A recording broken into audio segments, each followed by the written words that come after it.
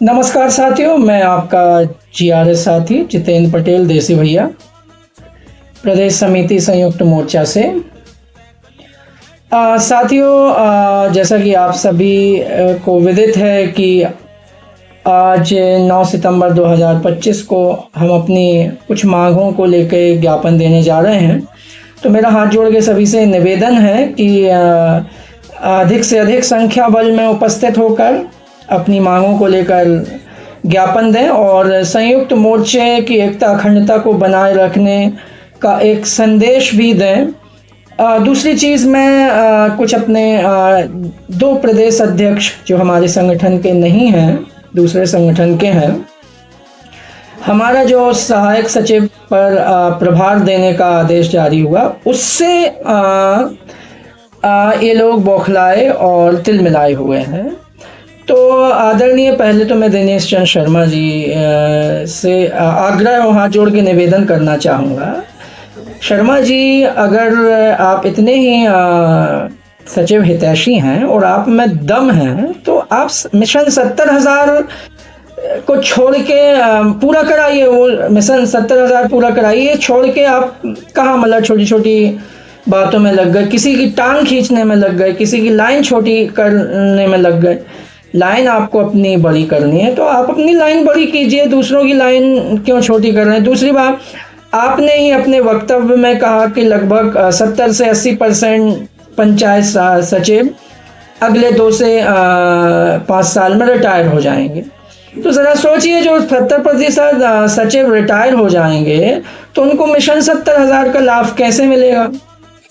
आप क्यों अपने ही साथियों को भ्रमित कर रहे हैं और उनका जो सामंजस्य बना के वो अपनी पंचायत चला रहे हैं जीआरएस के साथ, उस सामंजस्य और उस सौहार्द को आप बिगाड़ने का प्रयास कर रहे हैं, मात्र सिर्फ अपनी नेतागिरी चमकाने के चक्कर में।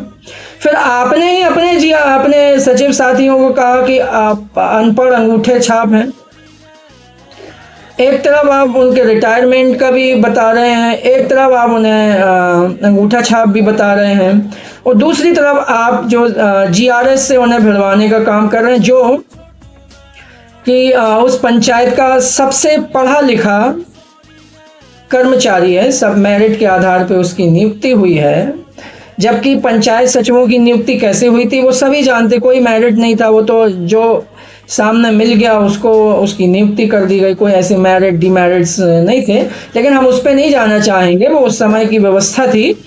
और हमारे सचिव बड़े भाई हैं, भले बहुत सारे लोग उम्र में भी छोटे हैं लेकिन पद में वो बड़े हैं, तो हम उन्हें बड़े भाई ही कहते हैं। और आप हमारे मैदान में, जब हम लोग मैदान में थे, हम लोग प्रदर्शन कर रहे हैं, तो आप ही शर्ट उतार के अपना ना राम बन के आए थे। और उस दिन से हम लोग राम और लक्ष्मण की भूमिका में प्रदेश में रहे हैं, एक एक पंचायत में रहे हैं। लेकिन आपने उस समय भी हम लोगों से छल बल किया, कोई बात नहीं है। अभी आपने चूंकि छल किया था, एक सीधे साधे जीआरएस का जिसके पास कोई पावर नहीं है,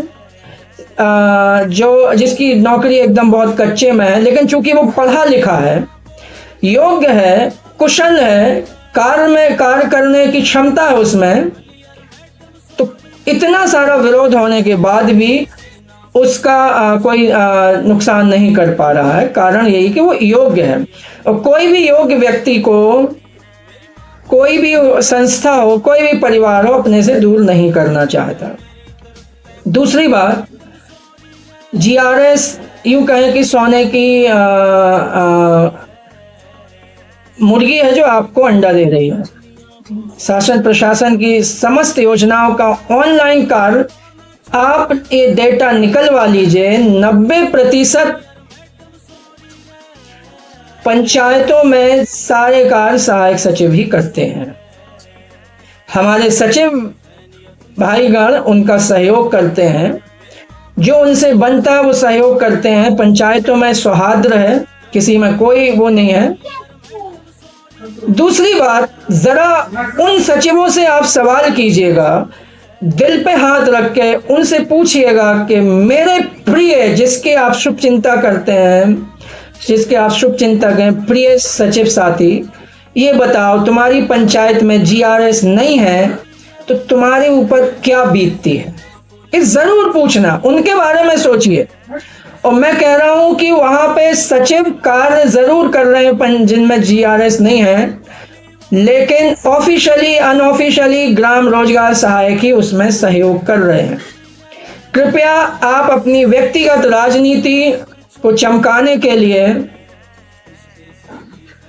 हम लोगों में वैमनस्यता या फूट डालने का प्रयास ना करें, हाथ जोड़ के विनम्र निवेदन है।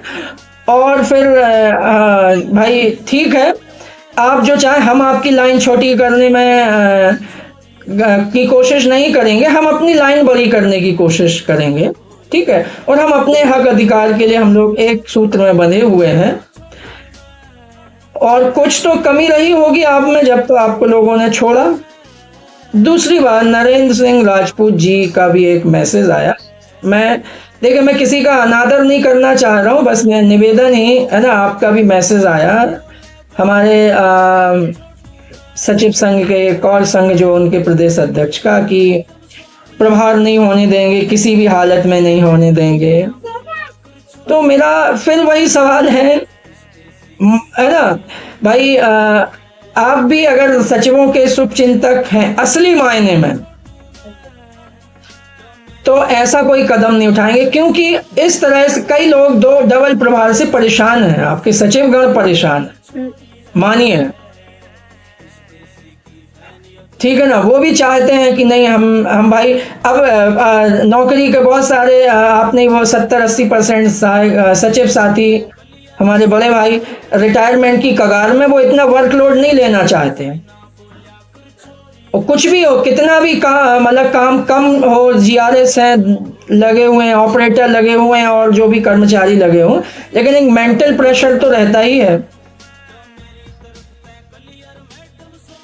तो कृपया आप अपने साथियों का ही अहित करने की सोच रहे हो तो मेरा निवेदन है कि अपने पैर में आप कुल्हाड़ी ना मारे, बाकी फिर आपका है भाई। हमारा संगठन हमेशा आपकी उन्नति समृद्धि के लिए कामना करता रहा है, आगे भी करता रहेगा।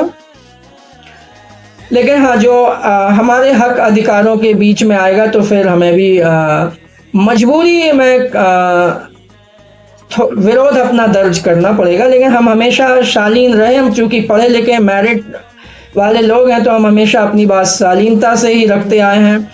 हमारे संयुक्त मोर्चे के तीनों प्रदेश अध्यक्ष है ना, ब्रह्मा विष्णु महेश की भूमिका में हैं। वो हालांकि अपने आप को ऐसा नहीं मानते, लेकिन आज हर एक जीआरएस प्रदेश का 20,000 से अधिक जीआरएस उन्हें इसी रूप में देख रहा है। और उन्हें पूरा भरोसा है कि संयुक्त मोर्चे के नेतृत्व में उनका कल्याण होगा। और अब ज़्यादा बातें मैं नहीं कहूँगा। मेरे साथियों से, सचिव साथियों से भी निवेदन करूँगा, मैं आपके संबंध में भी ऐसी सूचनाएं जो आपके हित की होंगी, जो आपका अहित करना चाह रहे हैं लोग, आपके संगठन के ही लोग, आपके जो सिरमौर बने हैं, आपका कोई इतना हित तो करवा नहीं पाए हैं। और आप भी भली भांति जानते हैं कि जीआरएस कितना आपका सहयोग करता है। ये आप दिल में हाथ रख के करिएगा और निर्णय लीजिएगा और अपने इन ऐसे प्रदेश अध्यक्षों को ऐसा करने से रोकिएगा। बस इन्हीं शब्दों के साथ मैं अपनी वाणी को विराम दूंगा। जय हिंद, जय भारत, धन्यवाद।